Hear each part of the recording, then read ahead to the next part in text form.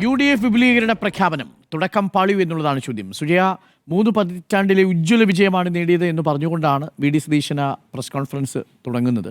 അതിൽ തന്നെ 3 പ്രധാനപ്പെട്ട കക്ഷികളെ ഞങ്ങൾക്കൊപ്പം വരുത്തുന്നു. അതിൽ 2 പേർ NDAയിൽ നിന്ന് വരുന്നു എന്നുള്ളതാണ്. അതിലൊന്ന് CK ജാനു, മറ്റൊന്ന് വിഷ്ണുപുരവും. പക്ഷേ വിഷ്ണുപുരം തൊട്ടടുത്ത നിമിഷത്തിൽ അത് തള്ളി. തുടക്കം പാളിയോ?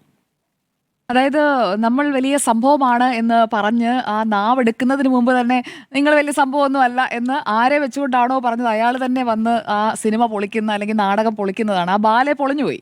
യഥാർത്ഥത്തിൽ 3 വലിയ കക്ഷികളെന്നൊക്കെ താങ്കൾ പറഞ്ഞത് നന്നായി കേട്ടോ. കാരണം നമുക്ക് ആ രീതിയിൽ കേരള രാഷ്ട്രീയത്തിൽ അത്രയും ചലനങ്ങൾ ഉണ്ടാക്കാൻ UDF-നൊപ്പം നിന്നുകൊണ്ട് അവർക്ക് സാധിക്കട്ടെ എന്ന് ഞാൻ ആഗ്രഹിക്കുകയാണ്. പ്രത്യേകിച്ചും PV അൻവർ അദ്ദേഹത്തിൻ്റെ ശക്തി എന്താണ് എന്നുള്ളത് 2 പഞ്ചായത്തുകളുടെ ഭരണം പിടിച്ചുകൊണ്ട് ആദ്യഘട്ടത്തിൽ തന്നെ കാണിച്ചതാണ്. ഇതിൽ യഥാർത്ഥത്തിൽ ഡിസേർവിംഗ് ആയിട്ടുള്ള ഒരു അസോസിയേറ്റ് അല്ലെങ്കിൽ ഘടകകക്ഷി ആരാണ് എന്ന് ചോദിച്ചു കഴിഞ്ഞാൽ അത് PV അൻവറിന്റെ തൃണമൂൽ കോൺഗ്രസ് ആണ്. കാരണം അവർ UDF-ൽ അംഗമാകണം എന്ന് ആത്മാർത്ഥമായി ആഗ്രഹിക്കുകയും അത് മാത്രം പറഞ്ഞുകൊണ്ടിരിക്കുകയും UDF-ന്റെ ഭാഗമാക്കാതിരിക്കുമ്പോഴും PV അൻവർ ആ രാഷ്ട്രീയ സത്യസന്ധത കാണിച്ചിട്ടുണ്ട്. അല്ലാതെ മറുഭാഗത്തേക്ക് പോവുകയൊന്നുമല്ല.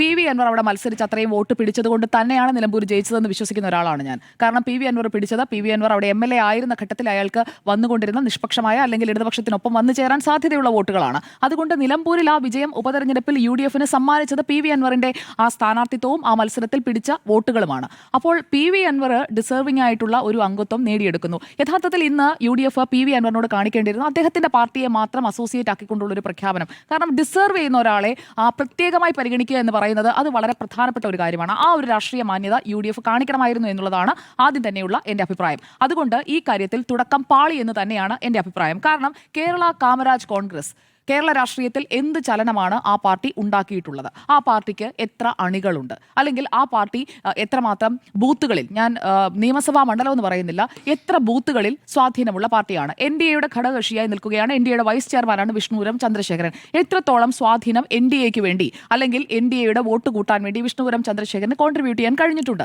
അങ്ങനെയുള്ള കാര്യങ്ങളാണ് UDF ആദ്യം ഇൻട്രോസ്പെക്ട് ചെയ്യേണ്ടത്. അതേസമയം ഇപ്പുറത്ത് നോക്കൂ, PV അൻവർ പഞ്ചായത്തുകളിൽ തൃണമൂൽ കോൺഗ്രസ് എന്ന് പറയുന്ന പാർട്ടി അതിന്റെ ബാലാരിഷ്ടതകളിലൂടെ കടന്നു പോകുന്നതാണ്. വിഷ്ണുപുരം ചന്ദ്രശേഖരനും VSDPയും അതുപോലെ കാമരാജ് കോൺഗ്രസും ഒക്കെ എനിക്ക് തോന്നുന്നു ഒരു 10-11 വർഷമായി NDAയുടെ കൂടെയുള്ള ഒരു സംവിധാനമാണ്. CK ജാനുവും അതെ NDAയുടെ കൂടെയുള്ള ആദിവാസികൾക്കിടയിൽ സ്വാധീനമുള്ള ഒരു നേതാവാണ്. അതേസമയം PV അൻവർ ഈ തൃണമൂൽ രൂപീകരിക്കുന്നത് എങ്ങനെയാണ്? തൃണമൂൽ കോൺഗ്രസിന്റെ കേരള ഘടകം രൂപീകരിക്കുന്നത് എങ്ങനെയാണ്? അതിനു മുൻപ് DMK-യുമായി വരുന്നു, തെരഞ്ഞെടുപ്പിൽ മത്സരിക്കാനായി സ്ഥാനാർത്ഥിയെ നിർത്തുന്നു, സ്ഥാനാർത്ഥിയെ പിന്മാറ്റുന്നു. ആർക്കു വേണ്ടി? കോൺഗ്രസിന് വേണ്ടി, UDF-ന് വേണ്ടി. അതാണ് പാലക്കാട് നിയമസഭാ ഉപതെരഞ്ഞെടുപ്പിൽ നമ്മൾ കണ്ടത് അല്ലേ? അപ്പോൾ ആ രീതിയിൽ UDF-ന് വേണ്ടി വിട്ടുവീഴ്ചകൾ ചെയ്തിട്ടുള്ള PV അൻവറിനെ ഒറ്റയ്ക്ക് അസോസിയേറ്റ് എന്നല്ല ഘടകകക്ഷിയായിട്ട് പ്രഖ്യാപിച്ചാലും അവർ ആ ഒരു ആത്മാർത്ഥതയോടുകൂടി PV അൻവർ കൂടെ നിൽക്കുമെന്നുള്ളത് UDF സംവിധാനത്തിന് ഉറപ്പിക്കാൻ കഴിയും. കാരണം എത്ര തവണയാണ് പുറകെ നടത്തിയത്?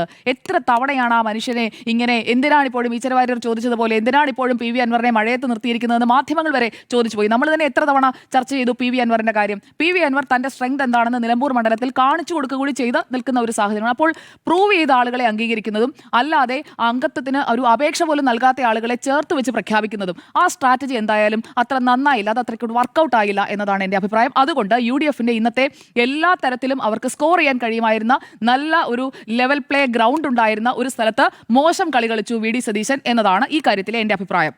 ഇവിടെ NDAയിൽ താൻ അതൃപ്തനാണ്. അത് പല തവണ വിഷ്ണുപുരം ചന്ദ്രശേഖരൻ പറഞ്ഞിട്ടുണ്ട്. പല റീസൺസ് ആണ്. അതായത് ഘടകകക്ഷികളോടുള്ള BJP-യുടെ പരിഗണന അത് തങ്ങൾ ആഗ്രഹിക്കുന്ന രീതിയിൽ കിട്ടുന്നില്ല. ഇതൊക്കെ വിഷ്ണുപുരം ചന്ദ്രശേഖരൻ കുറെ കാലമായി പറഞ്ഞുകൊണ്ടിരിക്കുന്നത്. അത് ആ പാർട്ടി പരിഹരിക്കേണ്ട കാര്യമാണ്, ആ മുന്നണി പരിഹരിക്കേണ്ട കാര്യമാണ്.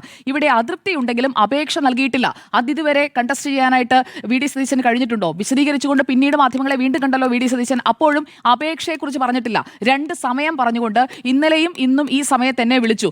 ഞാൻ നോക്കുമ്പോൾ കോൾ റെക്കോർഡ് കാണുന്നില്ല, എന്നെ വിളിച്ചിട്ടുണ്ട് എന്ന് പറയുന്നു. അതോടൊപ്പം തന്നെ പറയുന്ന മറ്റൊരു പ്രധാനപ്പെട്ട കാര്യം V.D. സതീശൻ മാത്രമല്ല, രമേശ് ചെന്നിത്തല, തിരുവഞ്ചൂർ രാധാകൃഷ്ണൻ ഇവരുമായിട്ടൊക്കെ വിഷ്ണുപുരം ചന്ദ്രശേഖരൻ വന്ന് കണ്ട് മുന്നണിയിലെടുക്കണമെന്ന് ആവശ്യപ്പെട്ടു. ഇതേക്കുറിച്ച് വിഷ്ണുപുരം ചന്ദ്രശേഖരൻ പറയുന്നത് എന്താണ്? ഞാൻ ഇങ്ങോട്ട് ചോദിച്ചു, അതായത് തന്റെ പ്രശ്നങ്ങളൊക്കെ അറിഞ്ഞ് 4 മാസം മുൻപ് ഇങ്ങോട്ട് ചോദിച്ചു തൃപ്തനാണോ എന്ന്. അപ്പോൾ അത്ര തൃപ്തിയില്ല എന്ന് ഞാൻ പറഞ്ഞു. അതല്ലാതെ UDF-ൽ എന്നെ അസോസിയേറ്റ് ആക്കണം അല്ലെങ്കിൽ UDF-ൽ എന്നെ ഘടകകക്ഷിയാക്കണം എന്ന് ഞാൻ ആവശ്യപ്പെട്ടിട്ടില്ല എന്ന് വിഷ്ണുപുരം ചന്ദ്രശേഖരൻ പരസ്യമായി വന്ന് പറയുകയാണ്. V.D. സതീശൻ ഈ കാര്യം പ്രഖ്യാപിച്ചതിന് തൊട്ടു പിന്നാലെ ഇത്രയ്ക്ക് അസോസിയേറ്റ് അംഗത്വം കൊടുക്കുന്നതിനായിട്ടുള്ള ഒരു തീരുമാനം എടുത്തിട്ടുണ്ട് എന്നുണ്ടെങ്കിൽ വിഷ്ണുപുരം ചന്ദ്രശേഖരനെ കൊച്ചിയിൽ എത്തിക്കാമായിരുന്നല്ലോ. ഈ ഇതിലേക്ക് ഈ പ്രഖ്യാപനത്തിനൊപ്പം തന്നെ വിഷ്ണുപുരം ചന്ദ്രശേഖരന്റെ ഒരു പ്രതികരണം ഇതിനെ സപ്പോർട്ട് ചെയ്തുകൊണ്ട് വരുന്ന രീതിയിൽ കൃത്യമായി വന്നല്ലോ. PV അൻവറിന്റെയും CK ജാനുവിന്റെയും ഒക്കെ പ്രതികരണങ്ങൾ തൊട്ടു പിന്നാലെ വളരെ സ്ട്രക്ചേർഡ് ആയിട്ട് വന്നല്ലോ. രാഷ്ട്രീയം എന്ന് പറഞ്ഞു കഴിഞ്ഞാൽ നിങ്ങൾ എത്രത്തോളം പ്ലാൻഡ് ആണ്, നിങ്ങൾ എത്രത്തോളം പ്രിപ്പയർഡ് ആണ്, നിങ്ങൾ എത്രത്തോളം കാൽക്കുലേറ്റഡ് ആണ്, അതുകൂടി വളരെ പ്രധാനമാണ്. ആ കാര്യത്തിൽ ഇവിടെ ഒരു സ്ട്രാറ്റജിക്കലി ഒരു എറർ സംഭവിച്ചു. അതൊരു പാളിച്ച തന്നെയാണ്. അതൊരു ചെറിയ കാര്യമായിട്ട് ഞാൻ കാണുന്നില്ല. കാരണം ഇത്രയും നല്ലൊരു വിജയത്തിൽ നിൽക്കുമ്പോൾ ഈ കാര്യങ്ങളൊക്കെ ചെറിയ കാര്യങ്ങളൊക്കെ നിങ്ങൾ വിട്ടുകളഞ്ഞിട്ടുണ്ടെങ്കിൽ വലിയ വിജയങ്ങളിലേക്ക് നിങ്ങൾ എങ്ങനെയാണ് എത്തുക? VD സതീശനോടുള്ള എന്റെ ചോദ്യം അതാണ്. അപ്പോൾ അസോസിയേറ്റ് അംഗമാക്കിയതിൽ അതൃപ്തി ഉണ്ടായേക്കും. അതുകൊണ്ടായിരിക്കും ഇങ്ങനെ പറഞ്ഞത്. ഘടകകക്ഷിയാകാനായിട്ടായിരിക്കും ആഗ്രഹിച്ചത്. പക്ഷേ ഇക്കാര്യത്തെക്കുറിച്ച് VD സതീശൻ തന്നെ പറയുന്നത് എന്താണ്? UDF പ്രവേശനത്തെക്കുറിച്ച് ഞാൻ പറഞ്ഞിരുന്നില്ല, UDFൽ അസോസിയേറ്റ് ആക്കുന്നതിനെ കുറിച്ച് പറഞ്ഞിരുന്നില്ല. അതായത് ഒരു സർപ്രൈസ് കൊടുക്കാൻ നോക്കിയതാണ്. പക്ഷേ ആ സർപ്രൈസ് ചീറ്റിപ്പോയി എന്നുള്ളതാണ് ഇന്ന് നമ്മൾ കാണുന്നത്. കാരണം UDF പ്രവേശന വാർത്ത മാധ്യമപ്രവർത്തകർ ആരോ വിളിച്ചപ്പോഴാണ് താൻ അറിഞ്ഞത് എന്നാണ് വിഷ്ണുപുരം ചന്ദ്രശേഖരൻ എന്ന് പറഞ്ഞു വെച്ചത്. എന്നാലും ആ പ്രഖ്യാപനത്തിൽ നാണം കെട്ടു എന്നുള്ളത് വ്യക്തമാണ്. ഇനി ഈ മുന്നും പിന്നും നോക്കാതെയുള്ള പ്രഖ്യാപനത്തെക്കുറിച്ച് അത് പറഞ്ഞുകൊണ്ടായിരിക്കും ഇനി ഇടതുമുന്നണി അത് അറ്റാക്ക് ചെയ്യാൻ പോകുന്നത്.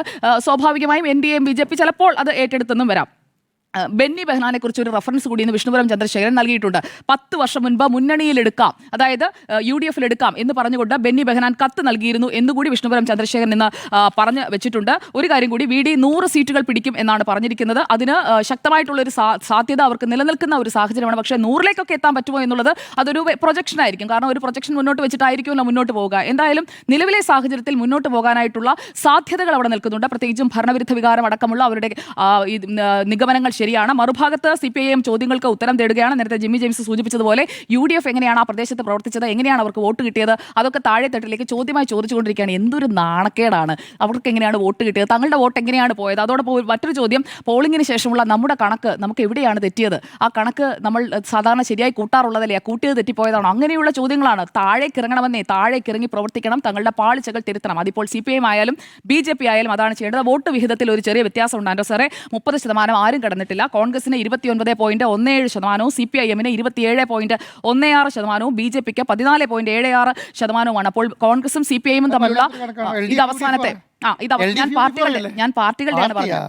പാർട്ടികളുടേതാണ് ഞാൻ പറഞ്ഞത്. അപ്പോൾ കോൺഗ്രസും CPIMും തമ്മിൽ വലിയ വ്യത്യാസമുണ്ട് എന്ന് നമ്മൾ കരുതേണ്ടതില്ല. ശ്രമിച്ചാൽ തിരിച്ചു വരാൻ കഴിയുന്ന തരത്തിൽ തന്നെയാണ്. ഈ തദ്ദേശത്തിലെ കണക്ക് മാത്രമാണ്, തിരിച്ചു വരാൻ കഴിയുന്ന തരത്തിൽ തന്നെയാണ് നിൽക്കുന്നത്. ആ ഒരു ചെറിയ ഡിഫറൻസ് മാത്രമാണ്, വലിയൊരു ഡിഫറൻസിലേക്ക് പോകാൻ സാധിച്ചിട്ടില്ല. കോൺഗ്രസിന് 8 ജില്ലകളിൽ 30% മേൽ വോട്ട് വിഹിതമുണ്ട്. CPIMന് കണ്ണൂരും പാലക്കാടും മാത്രമേ ഉള്ളൂ ഈ 30% മുകളിൽ വോട്ട് വിഹിതം. തൃശ്ശൂർ മുതൽ തിരുവനന്തപുരം വരെ. അതുകൊണ്ട് തന്നെ നല്ല പോരാട്ടം നടക്കാനുള്ള ഒരു സാധ്യതയാണ് ഞാൻ കാണുന്നത്. അപ്പോൾ ഈ വിഷയത്തിൽ തുടക്കത്തിൽ ഈ ആലോചിച്ചുറപ്പിക്കാതെ മുന്നും പിന്നും നോക്കാതെ നടത്തിയ പ്രഖ്യാപനം പാളിയിട്ടുണ്ട് എന്നതാണ് എന്റെ അഭിപ്രായം.